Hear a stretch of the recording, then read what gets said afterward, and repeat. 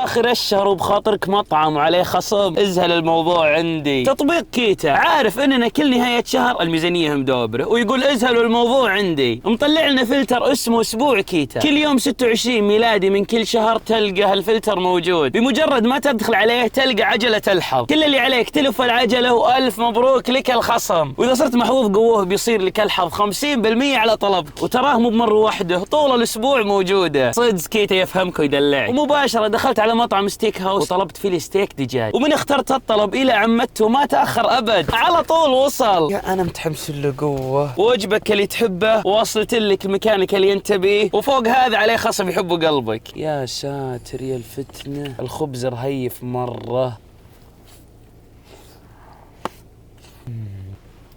مليان الحشو مرة، نكهته حلوة يا لطيف. دخول الجبن على الصوصات على الدجاج جاز لي مرة. الحمد لله. اسبوع كيتا ترى موجود كل شهر، اخر اسبوع من كل شهر تلقى هالفلتر يحتريك. تبون الصراحة يستاهل التجربة.